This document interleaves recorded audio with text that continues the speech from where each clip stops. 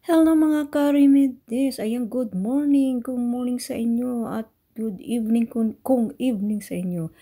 Ayan, ngayon po ay gumawa po tayo ng kape, healthy coffee po in the morning, yan. So, ayan, linagyan po natin ng powder oat milk. Kung wala naman po kayong ganyan, okay lang po. At linagyan po natin ng turmeric at cloves, cinnamon, at now lalagyan po natin ng cow milk mixed with almond milk. Kung wala naman po kayong almond milk, okay lang po. Kung may cow milk, okay lang po. At syempre, kape, lalagyan po rin natin ito ng kape. So, ayan, maganda ang ating umaga kapag nakainom tayo ng healthy coffee. Yan. So, nakakatulong po sa ating health.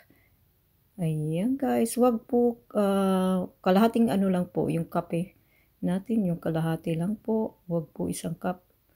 Ayun, thank you.